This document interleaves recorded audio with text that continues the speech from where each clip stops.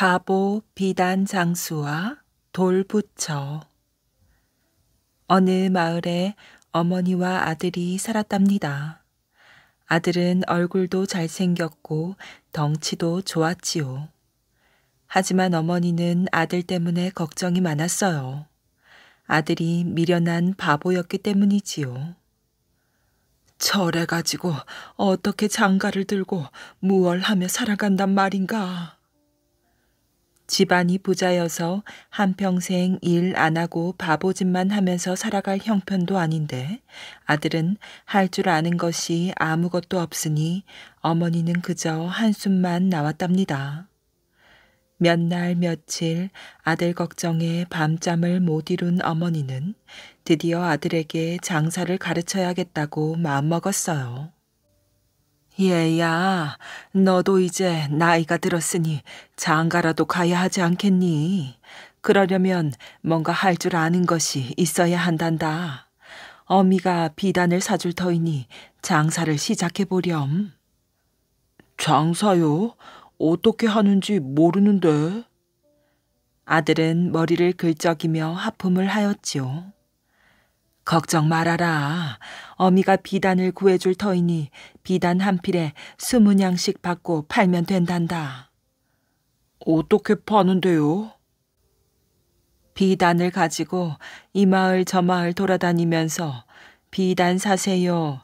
값싸고 좋은 비단 왔어요. 라고 외치면서 다니려무나. 그럼 손님들이 구경을 하러 올 것이야. 그때 비단을 사겠다고 나서는 사람에게 한 필에 20냥씩 받고 팔면 된단다. 그렇게 외치기만 하면 된다고요? 그래, 한번 따라해 보거라. 비단 사세요. 값싸고 좋은 비단 왔어요. 어서 해보렴.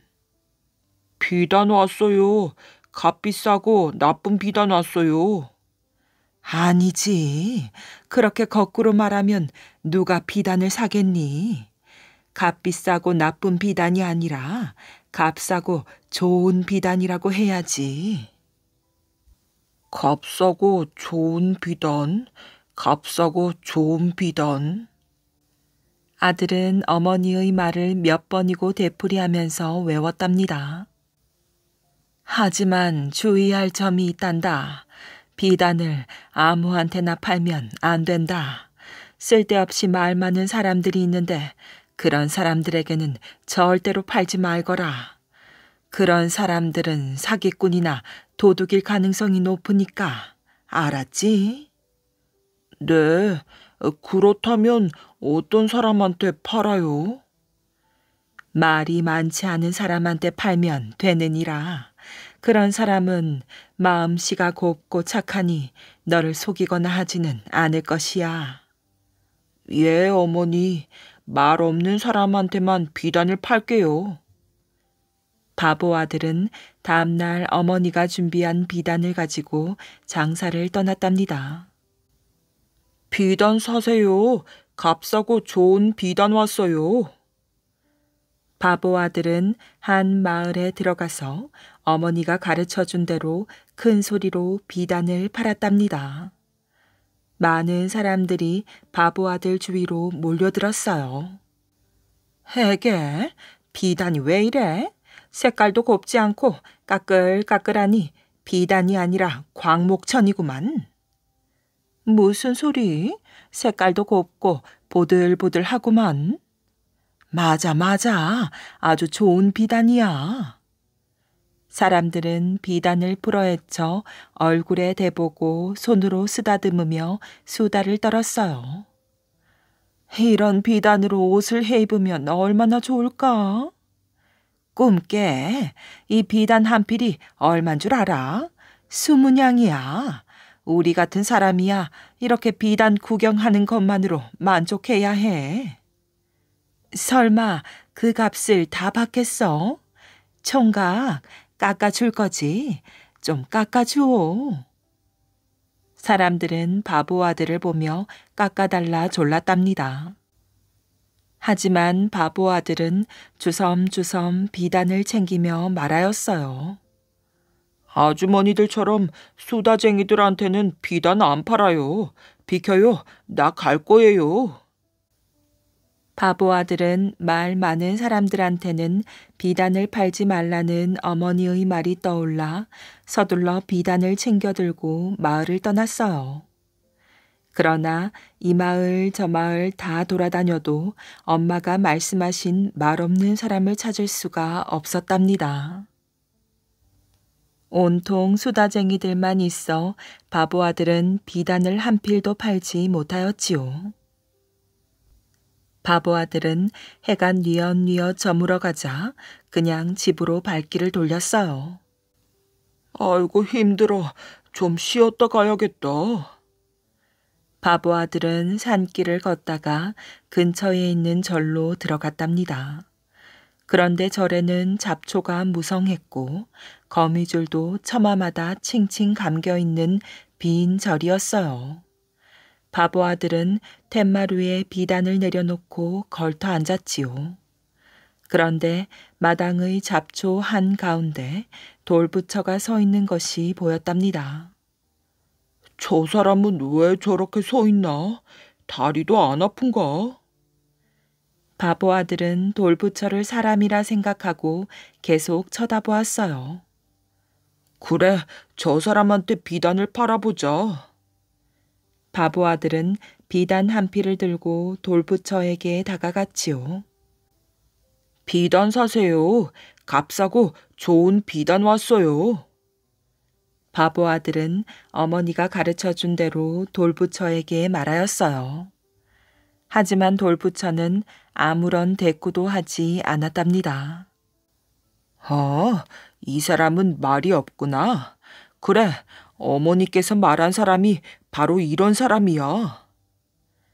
낮에 본 수다쟁이들과는 달리 아무런 말도 하지 않는 돌부처를 보자 바보 아들의 얼굴이 환해졌어요. 비단 사세요. 한 필에 20냥이에요. 돌부처는 여전히 말이 없었지요. 아, 돈이 없으시군요. 그래도 비단은 마음에 드시지요. 돌부처는 계속 말이 없었어요.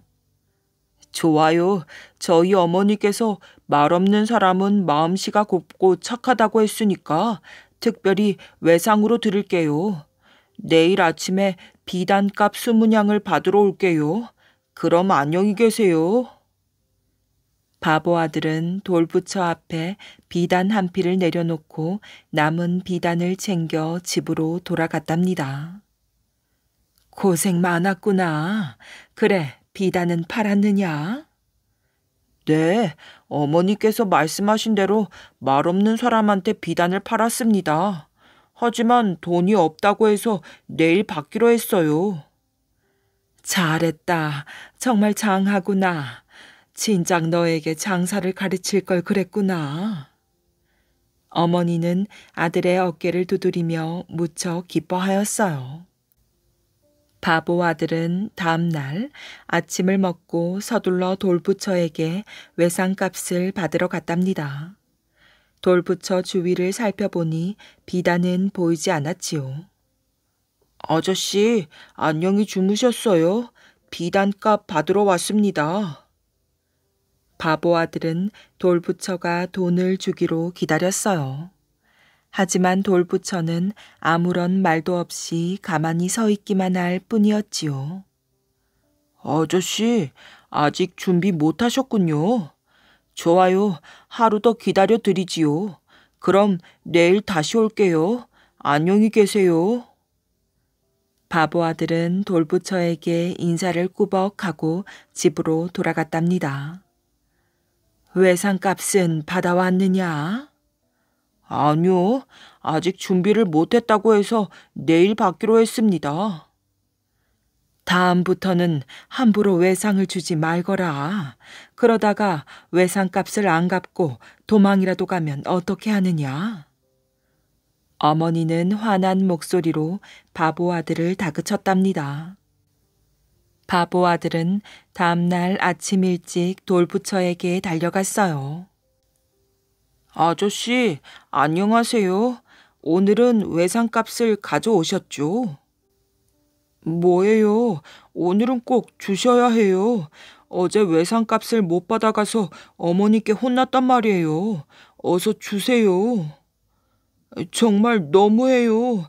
아무 말 안 하고 버티면 제가 그냥 돌아갈 줄 알아요? 뭐야, 말 없다고 다 착한 사람은 아니군. 내가 어수룩해 보인다고 외상값을 떼어먹을 생각이구만. 그렇게는 안 되지. 어서 내놔, 어서. 바보 아들은 화가 나서 돌부처의 가슴을 툭 쳤답니다.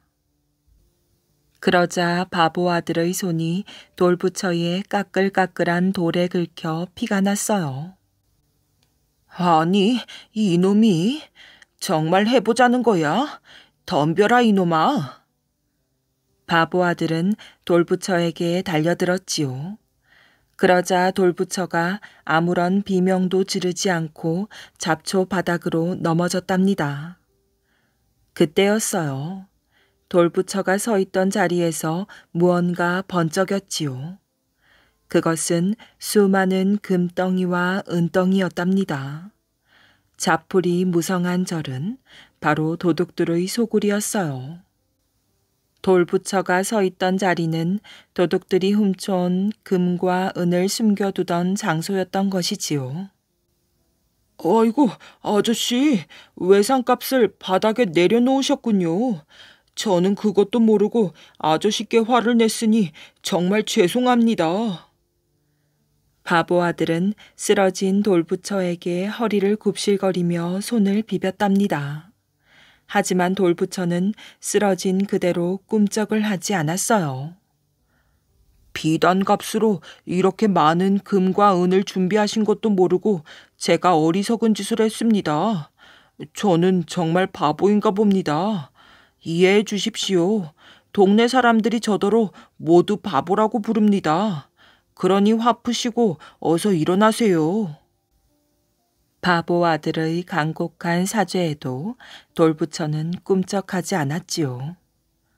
아저씨는 정말 고집쟁이군요. 알았어요. 제가 일으켜 드릴게요. 바보 아들은 돌부처를 일으켜 세웠지요. 그리고 돌부처에 묻은 흙을 털어내었어요. 아저씨, 이제 화 푸시는 거지요? 비단 값으로 이렇게 많은 금과 은을 준비해 주셔서 정말 고마워요. 앞으로 건강하시고 오래오래 사세요. 그럼 안녕히 계세요. 바보 아들은 구덩이 안의 금과 은을 모두 파내어 집으로 돌아갔어요. 그리고 예쁜 색시를 얻어 어머니와 함께 행복하게 살았답니다. 방 안에서 우산을 쓴 재상. 세종 때 우의정을 지낸 유관은 청백리로 뽑힐 만큼 검소하고 청렴했답니다. 하루는 태종이 한 관리를 불러 말하였어요.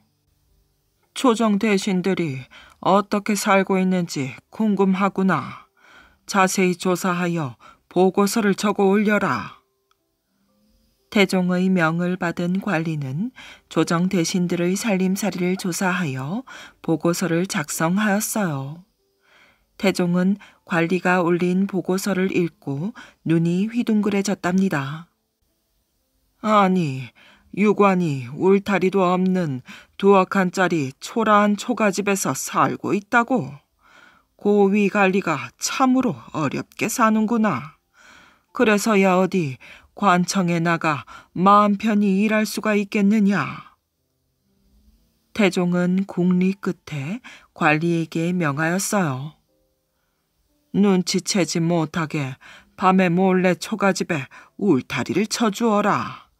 겨울에 찬바람이라도 막아야 하지 않겠느냐. 관리는 한밤중에 사람들을 시켜 유관의 집에 울타리를 쳐주었어요. 유관의 집은 오래되고 낡아 장마철이면 집 안에 있는 모든 방에 비가 샜답니다. 그래서 방 안에서도 우산을 들고 있어야 하였어요. 어느 날 유관은 우산을 든 채 부인을 돌아보며 이런 말을 하였대요. 우리는 다행히 우산이 있어 지낼만 하지만 우산이 없는 집은 어떻게 지낼까? 유관은 초가집에서 베옷을 입고 집신을 신으며 검소하게 살았어요. 누가 집에 찾아오면 한겨울에도 맨발로 손님을 맞이하였지요. 한가할 때는 채소밭을 일구며 지내었어요. 유가는 자기 집을 찾아오는 사람들에게 늘 탁주 한 잔만 대접하였지요. 벼슬을 그만두고 집에서 잔치를 벌일 때도 손님에게 내놓은 것은 탁주 한 잔씩과 김치, 새우젓 한 사발 뿐이었다고 한답니다.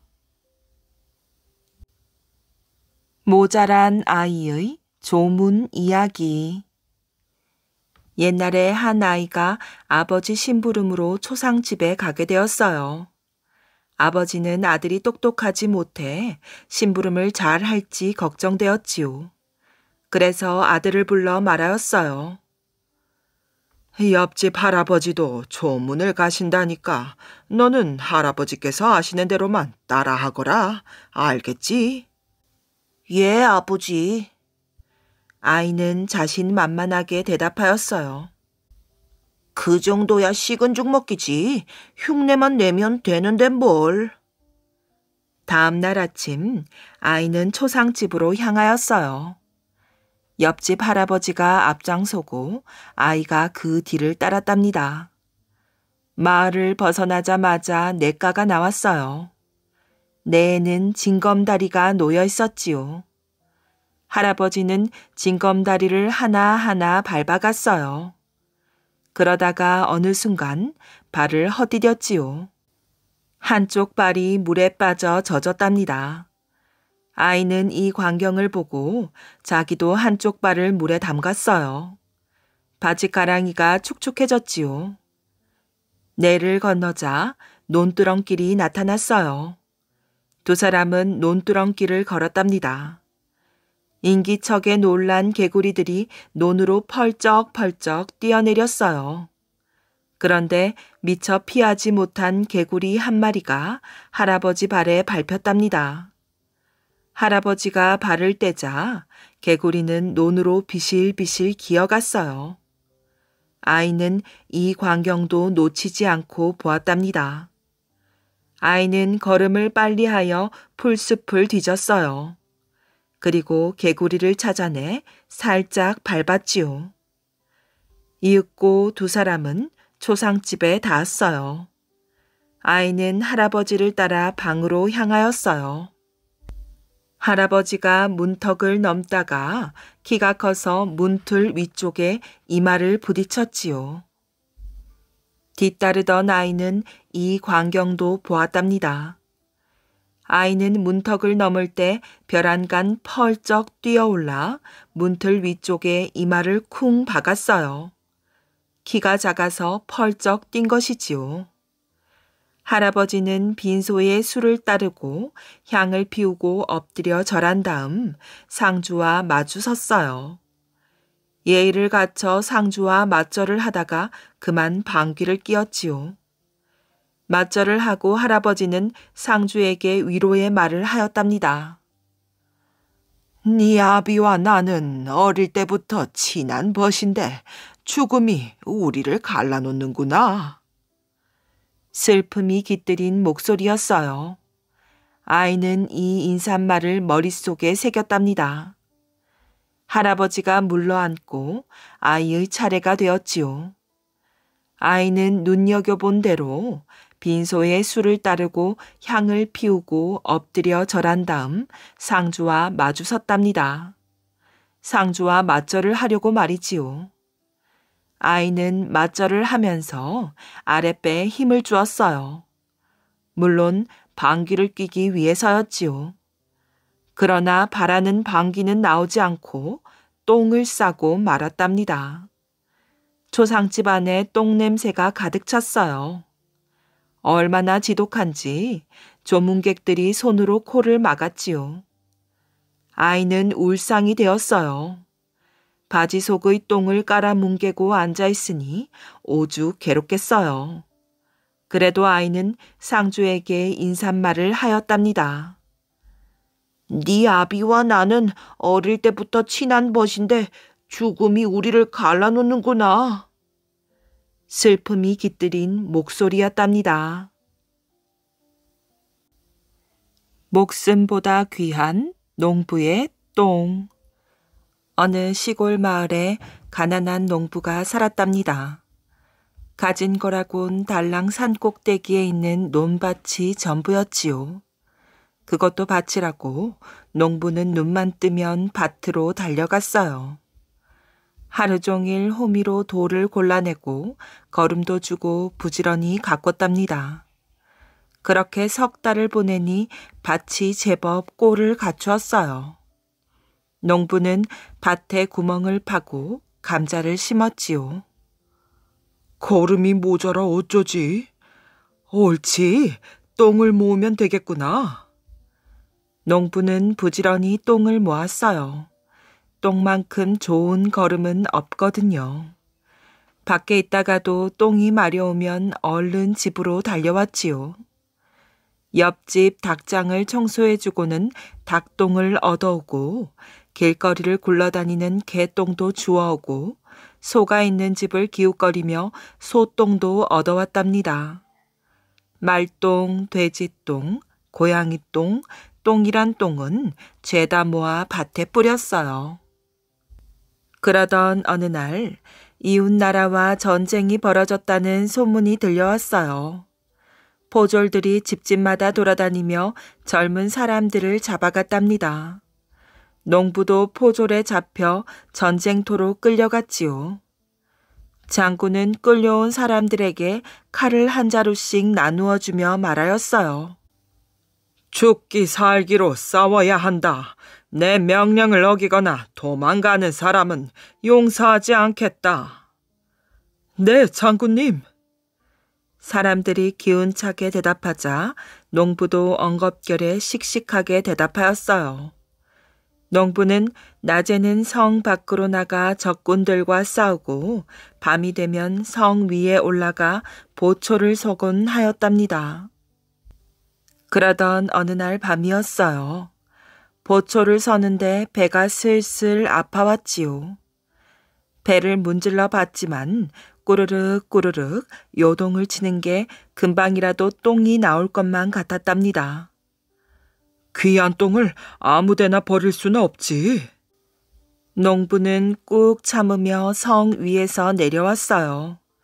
성문을 막 열려는데 병사 하나가 농부를 막아서며 물었답니다. 어디 가는 게냐? 저기... 지금 전쟁 중이라는 걸 모르느냐? 병사가 두 팔로 농부를 가로막자 농부는 병사를 와랑 밀치며 소리쳤어요. 아이고, 죄송합니다요. 똥만 누고 꼭 돌아오겠습니다. 제겐 똥이 목숨보다 더 귀하거든요. 그러고는 냅다 마을을 향해 달리기 시작하였어요. 똥이 당장이라도 밀고 나올 것 같아 두 손으로 똥구멍을 꼭 막고 달리고 또 달렸지요. 집에 거의 다다랐을 때는 금방이라도 똥이 쏟아질 것 같아서 빨리 달릴 수도 없었답니다. 대문을 열자마자 뒷간까지 가지도 못하고 뿌지직 참았던 똥이 쏟아져 나왔어요. 농부는 마당에 떨어진 똥덩어리를 보며 벙싯벙싯 웃었지요. 이 똥이 얼마나 귀한 건데 전쟁 중이라고 그냥 버린담. 이건 똥이 아니라 금덩이야, 금덩이. 그 다음엔 어떻게 되었냐고요? 귀한 똥을 거름통에 잘 모아놓고는 다시 전쟁터로 달려갔답니다. 임금님이 오셔서 앉을 자리. 조선 정조 때의 일이랍니다. 정조대왕은 즉위하자마자 억울하게 죽은 부친 사도세자의 맷자리를 잡기 위해 노심초사하고 있었지요. 그래서 어느 날 한 직관을 데리고 맷자리를 찾아 여기저기 살펴보다가 지금의 태안읍 안녕리 근처를 지나게 되었어요. 그때 한 떡거머리 총각이 지게에다 송장을 얹어놓고 땅을 파고 있는 광경을 보게 된 정조는 궁금하여 그 청년에게 물었답니다. 너는 거기서 무엇을 하느냐? 우리 아버지를 여기에 묻으려고 땅을 팝니다. 그런데 정조 왕이 보기에 이 땅은 아무리 보아도 송장을 묻기만 하면 자손이 금방 죽는 아주 나쁜 맷자리로 보였어요. 그 자리에 묘를 쓰면 안 된다. 왜 그래요? 남이야 쓰든 말든. 그 자리를 누가 맷자리로 잡아주던가. 저 너머에 쥐관이 사는데 그 쥐관이 잡아줍디다. 그래. 내가 돈 100냥을 줄 터이니 그 맷자리는 쓰지 말고 다른 데 가서 묻어라. 그러자 총각은 그 말에 얼른 땅 파는 것을 멈추었어요. 정조가 돈 100냥을 그에게 주고 가만히 생각해 보니 직관이라면 남이 잘 되라고 맷자리를 잡아주어야지 무슨 억한 심정이 있어 저런 나쁜 자리를 잡아주었나 하는 생각에 그 쥐간이 괘씸해서 견딜 수가 없었답니다. 그래서 그를 만나 한번 따져보고 정말 나쁜 사람이면 벌까지 주겠다는 생각으로 즉시 고개 넘어 그 쥐간이 살고 있다는 아주 허름한 오두막집을 찾아갔지요. 정조 대왕은 자기의 신분을 감추고 넌지시 그에게 물어보았어요. 여보시오, 어째서 그런 자리에 맷자리를 잡아줘서 후손을 망하게 만들려고 하시오? 그러자 쥐관은 당연하다는 듯이 이렇게 말하는 것이었어요. 아, 모르시는 말씀이요. 그 자리는 하관 전에 돈 100냥이 생길 자리입니다. 정조 대왕은 속으로 깜짝 놀랐어요. 그래서 이렇게 물었답니다. 그럼 그렇게 잘 아시는 양반이 어째서 이런 오막살이 집에서 사시오? 허허, 이래봬도 이 자리에는 임금님이 오셔서 앉을 자리 외다. 그리하여 정조 대왕은 이만큼 아는 사람이면 됐다 싶어 그 쥐관을 데리고 맷자리를 잡으니 그곳이 지금 수원에 있는 사도세자의 융릉이랍니다. 명천고을 태서방이 잡은 물고기. 까마득히 먼 옛날 함경도 명천 땅에 태서방이 살았답니다. 태서방은 배를 타고 바다로 나가 고기를 잡는 어부였지요. 오늘은 날이 맑으려나? 태서방은 아침에 눈을 뜨면 하늘부터 쳐다보았어요. 날씨가 좋아야 배를 타고 바다로 나갈 수 있기 때문이지요. 어느 날 태서방은 하늘을 올려다보고 이맛살을 찌푸렸답니다. 젠장, 하늘에 먹구름이 뒤덮여 있군. 오늘도 고기잡이를 하러 가긴 틀렸네. 명천에는 벌써 사흘째 비가 내렸어요. 비가 오고 파도가 높은 날에는 바다로 나가지 못하기 때문에 사흘씩이나 공을 친 셈이었지요. 오늘 고기를 잡지 못하면 밥을 굶어야 하는데 이거 참 야단났군. 태서방은 걱정을 하다가 자기 방에서 다시 잠이 들었어요. 태서방, 걱정하지 말게. 바다로 나가면 날씨가 좋아질 터이고 고기를 많이 잡을 수 있을 것이야. 태서방의 꿈에 한 노인이 나타나 이렇게 말하였어요. 태서방은 좋아서 활짝 웃다가 잠이 깼답니다. 이상한 꿈을 꾸었네. 날씨가 좋아질 테니 바다로 나가라고? 과연 그 말을 믿을 수 있을까? 태서방은 잠시 생각해 보다가 벌떡 일어섰어요. 내가 지금 방 안에 앉아 있을 처지가 아니지. 고기잡이를 못하면 식구들이 굶게 생겼는데. 태서방은 날씨와 상관없이 바다에 나가기로 했답니다. 멀리 가지 않고 가까운 바다에서 고기를 잡다가 돌아올 생각이었어요. 태서방은 배에 그물을 싣고 바다로 나갔답니다. 하늘을 쳐다보니 어느새 날이 개어 해가 얼굴을 내밀고 있었지요. 그제야 태서방은 마음이 놓였어요. 하하, 꿈속에서 노인이 말한 대로잖아. 금방 날씨가 좋아졌어. 그렇다면 고기도 많이 잡힐 것 같은데. 태서방은 기대에 부풀어 바닷속에 그물을 던졌답니다. 이윽고 그물을 끌어올리자 그물 속에는 고기가 잔뜩 들어있었지요. 이제까지 보지 못했던 물고기였어요. 아니, 이게 뭐지? 처음 보는 물고기인걸? 태서방은 그물을 던질 때마다 많은 물고기를 잡았지요. 이렇게 물고기를 많이 잡기는 난생 처음이었어요. 이제 그만 잡자. 잘못하면 배가 가라앉겠어. 태서방은 고기를 배에 가득 싣고 돌아왔답니다. 마을 사람들이 몰려와서 태서방이 잡은 고기를 보았어요. 이 고기의 이름이 도대체 뭔가? 평생 어부 노릇을 했지만 이런 고기는 처음 보네. 나도 그렇다네. 처음 보는 물고기야. 마을 사람들은 고기를 보며 고개를 갸우뚱거렸어요. 그때 한 사람이 외쳤답니다. 여보게들, 보아하니 이름 없는 물고기 같으니 우리가 이름을 지어주는 게 어떻겠나? 우리 고을 명천에서 태서방이 잡았으니 명자와 태자를 떼어 붙여 명태라고 부르세. 옳지, 그게 좋겠네. 명태라, 아주 괜찮은 이름이야. 그리하여 태서방이 잡은 물고기는 명태라는 이름을 얻게 되었답니다. 장사가 된 아이. 옛날에 몸이 약한 아이가 있었답니다. 아이는 조금 힘든 일을 해도 금세 지치고 기운을 쓰지 못하였지요. 자기보다 어린 아이에게도 매를 맞기 일쑤였어요.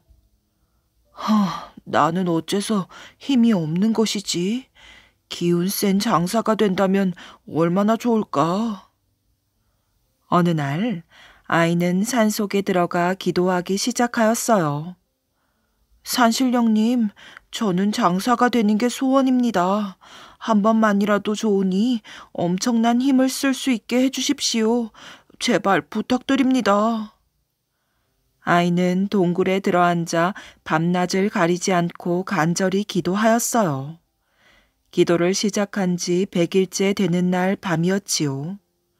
아이가 기도에 지쳐 잠이 들었는데 꿈속에 긴 수염을 기른 노인이 나타났어요. 나는 산신령이다. 100일 동안 너를 지켜보았다.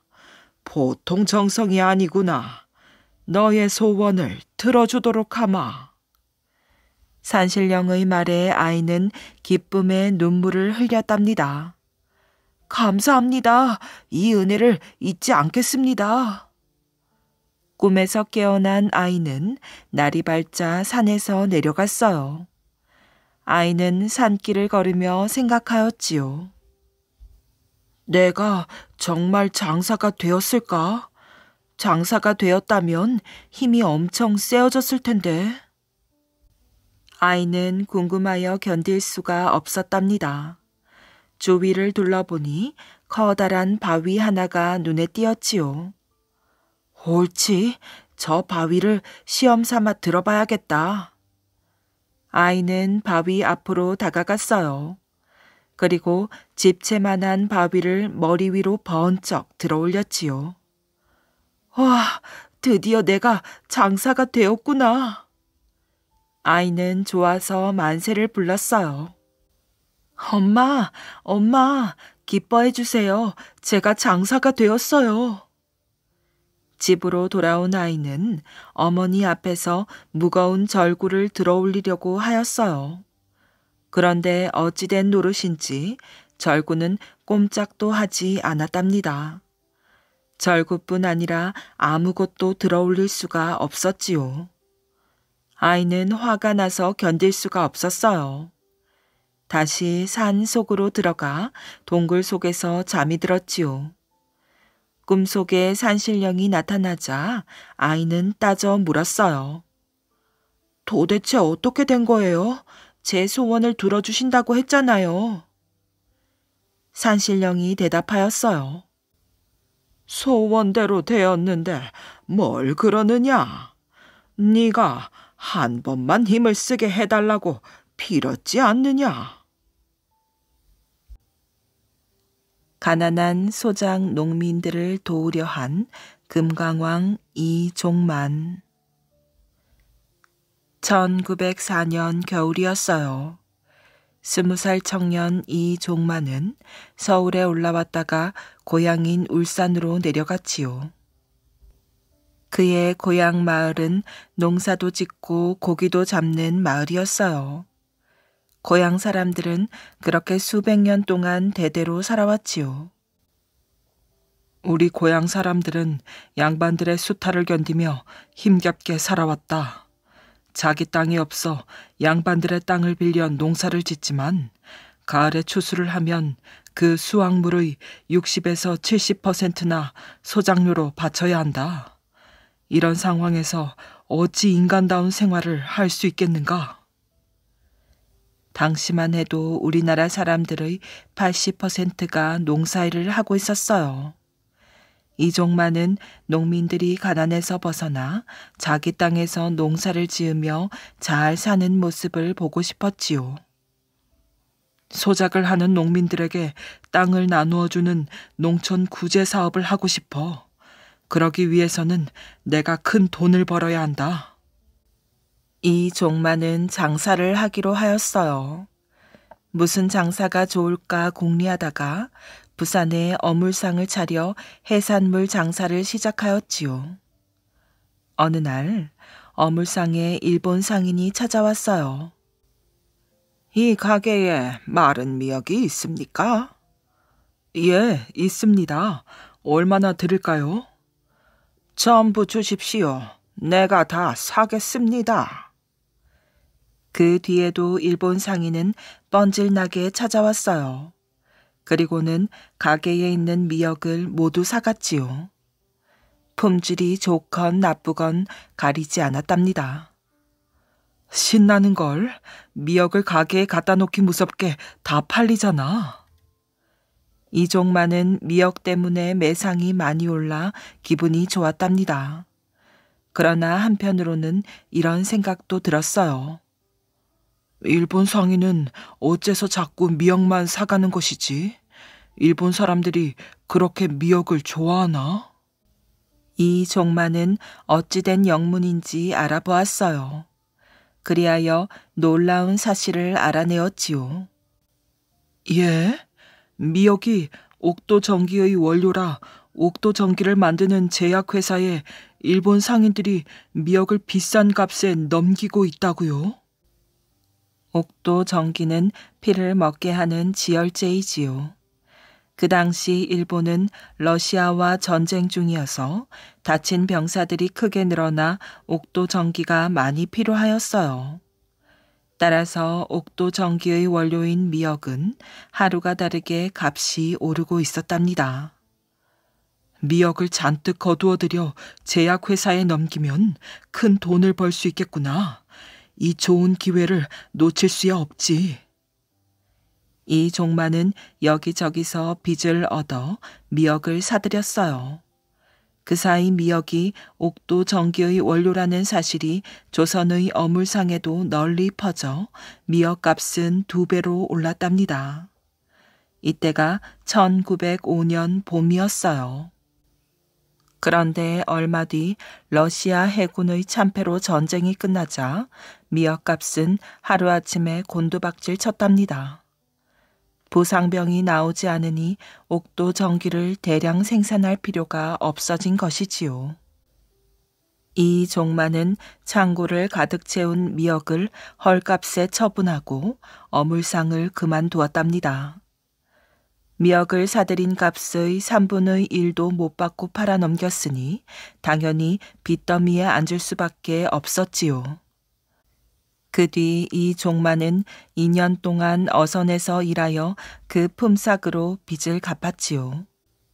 그리고는 1907년 어선을 임대하여 큰 그물로 고기를 잡아 파는 사업을 시작하였어요.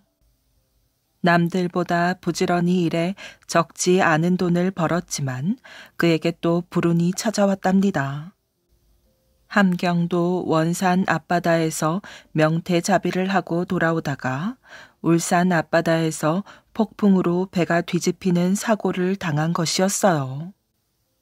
이 사고로 그는 또 빈털터리가 되었답니다. 이 종만은 결코 실망하지 않았어요. 그 뒤 고향에 학교를 세워 학생들을 가르쳤으며 강원도 양구에서 중석 광산을 하였답니다. 또한 금강산에 들어가 목재상을 하는가 하면 서울 동대문 밖에 고학당을 세워 가난한 집 아이들을 가르쳤지요. 이 모든 사업이 실패로 끝나 빈털터리가 되었지만 이종만은 오뚜기처럼 또 일어나 새로운 일을 찾았답니다. 이 종만이 금을 찾는 금광 개발에 눈길을 돌린 것은 40살이 넘어서였어요. 그는 함경남도 영흥의 동창광산에서 금맥을 찾아 나섰는데 또 실패하고 말았답니다. 그 뒤 1928년 함경남도 신흥의 명태동 광산에서 친구와 손잡고 노다지 금맥을 찾는 일에 나섰지요. 모든 비용은 자네가 되고 금광 개발은 내가 맡을게. 금맥을 발견하면 벌어들이는 돈은 절반씩 나눠 갖는 것이야. 이 종만은 친구와 이렇게 약속하고 일을 시작하였는데 3년 만에 드디어 노다지 금맥을 찾아내었지요. 내가 드디어 해내었어. 오랫동안 소망했던 농촌 구제 사업을 할 만한 자금을 얻게 되었구나. 이 종만은 오랜 소원을 이루게 되었다며 기뻐 어쩔 줄을 몰랐지요. 그런데 금광을 발견하자 친구는 약속을 어겼어요. 내가 이 일에 얼마나 많은 돈을 쏟아부었는지 아는가? 이 금광은 내 것이야. 친구는 이 종만의 공로를 인정하지 않았답니다. 돈 한 푼 안 주고 이 종만을 금강에서 쫓아내버렸지요. 이 종만은 배신감을 느꼈지만 눈물을 흘리지 않았어요. 나는 이번에 좋은 경험을 얻었어. 내 힘으로 또 노다지 금맥을 찾아낼 수 있어. 1932년 이 종만은 함경남도 신흥에 기린 광산을 세웠고 폐광이었던 영평 금광을 사들여 마침내 노다지 금맥을 찾아내었어요. 1936년에 영평 금강에서 캐낸 금만 해도 요즘 돈으로 환산하면 400억 원에 달했답니다. 이 종만은 이 돈으로 새로운 금강 개발에 나섰어요. 그가 눈을 돌린 것은 이 용익이 운영하던 장진 광산이었지요. 이 종만은 이 광산을 사들여 최신 장비로 채굴 작업을 시작하였답니다. 하지만 장진 광산은 4억 평에 이르는 큰 광산이었기에 어마어마한 자금이 필요하였지요. 그래서 이 종만은 자신이 운영하던 영평 금광을 일본인 회사인 동조선 광업 주식회사에 155만 원에 팔았답니다. 155만 원이라면 요즘 돈으로 1,550억 원이었지요. 1937년 5월 12일 이 종만은 서울 남산에 있는 천진루 여관에 기자들을 불러 모았어요. 천진루 여관은 이 종만이 서울에 갈 때마다 묵는 단골 여관이었지요. 여러분에게 중대 발표를 하겠습니다. 저는 이번에 새로운 금강 회사를 창립합니다. 바로 대동광업 주식회사입니다. 저는 어제 영평금광을 동조선 광업 주식회사에 155만 원에 팔았습니다. 이종만은 기자들 앞에서 자신의 이야기를 시작하였어요. 대동광업 주식회사의 창립이나 영평금광의 매각은 이미 알려진 사실이었지요.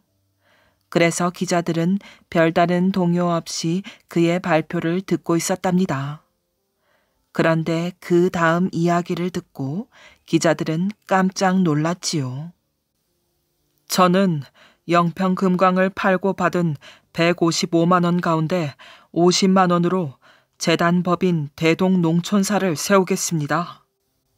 대동농촌사는 조선에서 중앙과 동서남북 5지역에 집단 농지를 사들이겠습니다.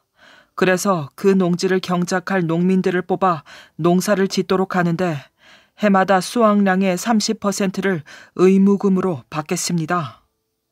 그리고 이 의무금은 또 다른 농지를 사들이는 데 쓰겠습니다. 의무금은 30년 동안만 받고 그 뒤로는 경작하는 농민이 수확량의 100%를 갖게 될 것입니다. 경작지는 영구히 재단법인 대동농촌사가 소유하여 경작하는 농민이 땅을 팔거나 담보로 잡혀 땅을 잃는 일이 없도록 하겠습니다. 그래야 경작하는 농민의 생활 안정을 영구히 보장할 수 있기 때문입니다. 이종만의 발표는 큰 충격을 주었어요. 금강왕이 금강을 판 돈의 3분의 1을 소작농을 위해 아낌없이 내놓겠다는 것이었지요. 소작료를 겨우 30%만 받겠다고? 그것도 30년 동안만 받고 그 이후에는 한 푼도 받지 않겠다니. 허허, 세상에 어떻게 이런 부자가 다 있을까? 이종만은 그로부터 4개월 뒤인 9월 14일에 또 중대 발표를 하였답니다. 대동농촌사 이사회가 열린 자리였어요. 제게는 157만 평의 땅이 있습니다. 이 땅을 빌려 농사를 짓는 농민들에게 올해부터 소작료를 30%씩만 받겠습니다. 그리고 30년 뒤에는 이 땅을 모두 그들에게 물려주겠습니다. 이종만의 선행은 조선 사회에 신선한 충격을 주었어요. 동아일보는 1937년 9월 17일자에 이종만의 선행을 소개하며 더 큰 부를 소유하지 못해 안타깝다고 칭찬을 아끼지 않았답니다. 그리하여 당시에는 이종만 때문에 공익을 위해 헌신하는 부자라는 뜻이 담긴 공부라는 말까지 생겨났지요. 대동농촌사는 225만 평의 농지에 집단 농장을 만들었어요. 함경남도의 영흥농촌, 평안남도의 평원농촌, 경기도의 문산농촌, 경상남도의 하동농촌 등 4군데였지요. 그러나 이 아름다운 농촌 구제 사업은 오래가지 못했답니다. 장진금광에서 한 해 200만 원어치의 금이 나오는 등 크게 성장하던 대동광업 주식회사가 1941년 이후 사업이 어려워져 빚더미에 앉았기 때문이지요. 결국 대동광업 주식회사는 해체되었고 대동농촌사는 경작하는 농민들에게 농지의 소유권을 넘김으로써 그 사업을 중도에 마치게 되었답니다. 8.15 광복 후에 이종만은 북한에서 지하자원 개발에 힘쓰다가 1977년 세상을 떠났다고 한답니다. 선덕 여왕과 첨성대. 신라 진평왕 43년인 621년의 일이랍니다. 어느 날 중국 당나라 태종이 유문소라는 사신을 통해 신라에 선물을 보내었어요. 그 선물은 비단 300필과 붉은빛, 자줏빛, 흰빛의 모란꽃 그림, 그리고 모란꽃이 석대였어요. 진평왕은 이 선물을 받고 몹시 기뻐하였지요. 참으로 값진 선물이로구나. 황금보다 비싼 최고급 비단에 귀하디 귀한 모란꽃 그림이라. 우리나라에는 모란꽃이 아직 없지 않느냐? 예, 그렇습니다. 왕은 신하들 앞에서 모란꽃 그림을 들여다보았어요.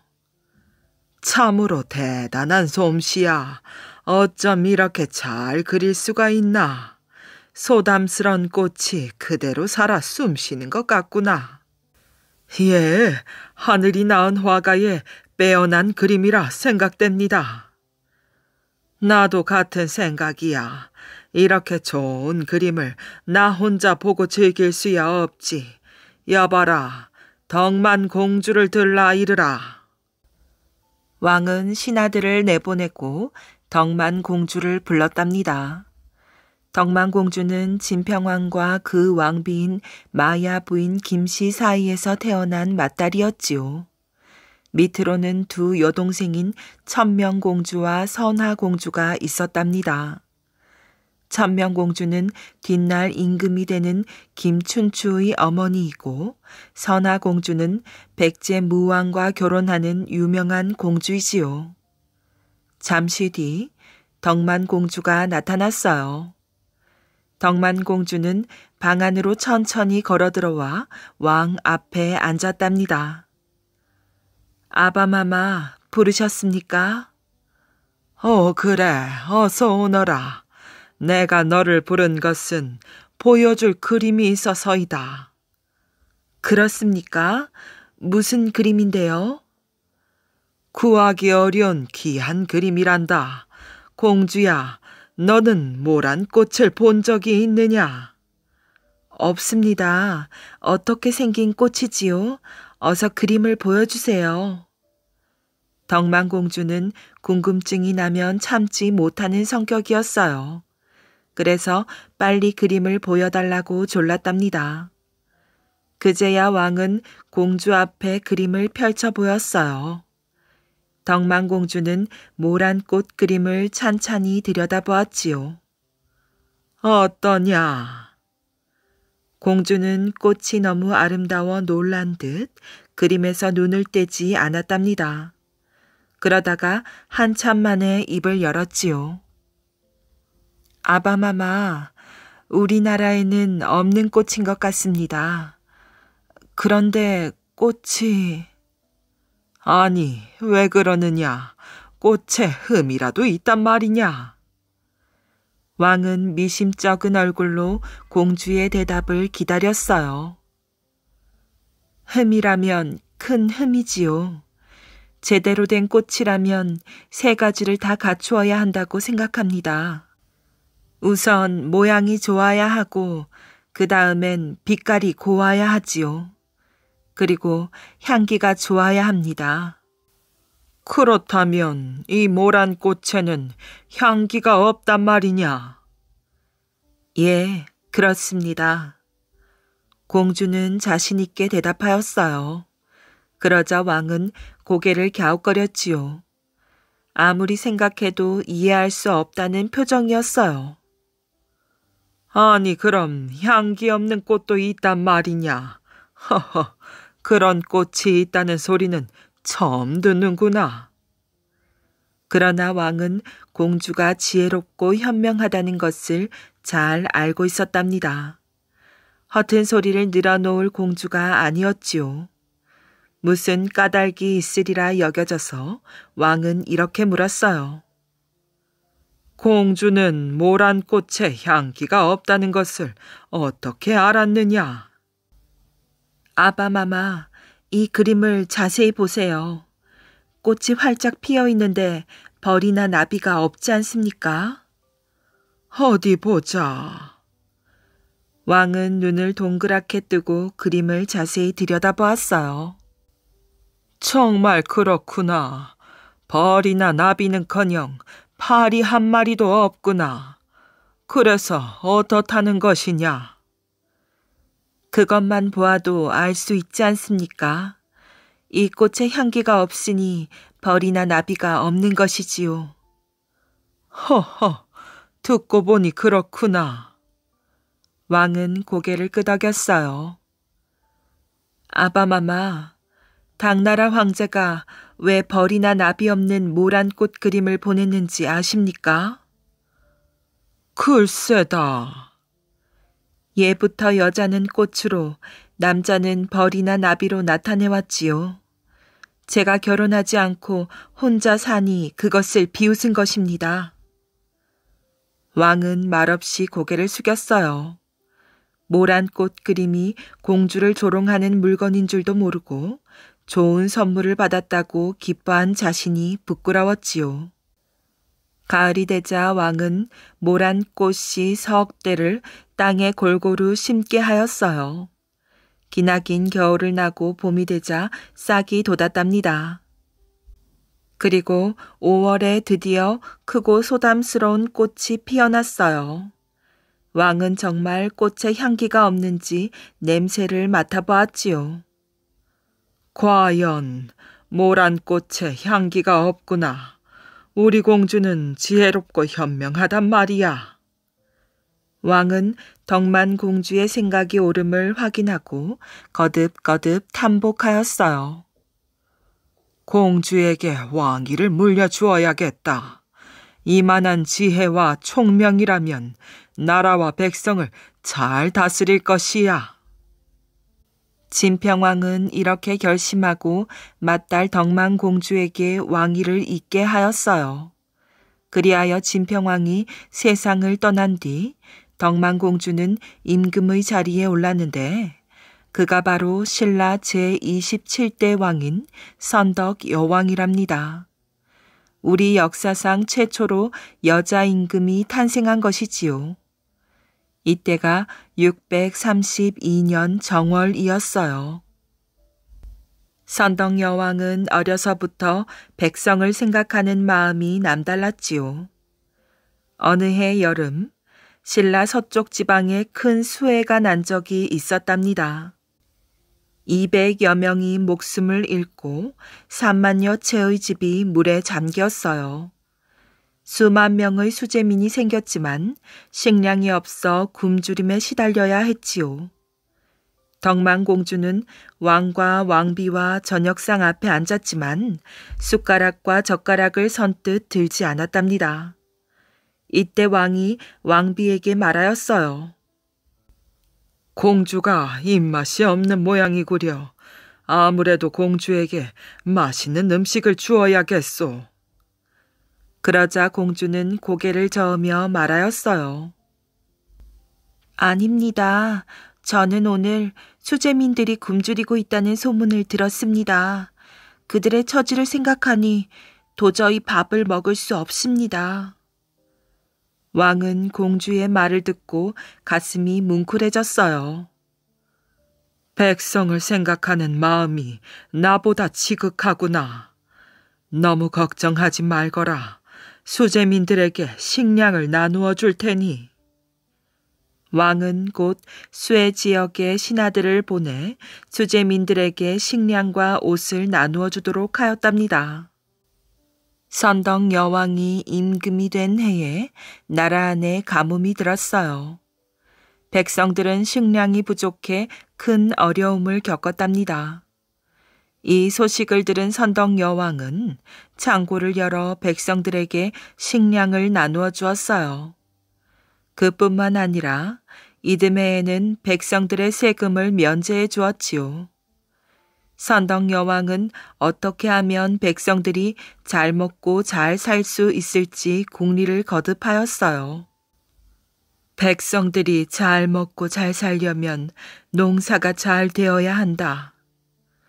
이렇게 생각한 선덕 여왕은 농사가 잘 되도록 도와달라고 하늘에 제사를 지냈답니다. 또한 농사를 잘 지으려면 때맞춰 씨 뿌리고 거두어 들여야 하기에 일기를 미리 점칠 수 있도록 별을 관측하는 시설을 만들도록 명하였어요. 이때가 선덕 여왕 16년인 647년으로 이렇게 해서 돌로 다듬어 쌓은 것이 국보 제31호인 첨성대랍니다. 첨성대에서 별을 관측함으로써 자연재해를 미리 알 수 있었지요. 따라서 농사 짓는 데 큰 도움이 되었어요. 첨성대는 동양에서 가장 오래된 천문대로서 세계에 자랑할 만한 우리 문화유산이랍니다.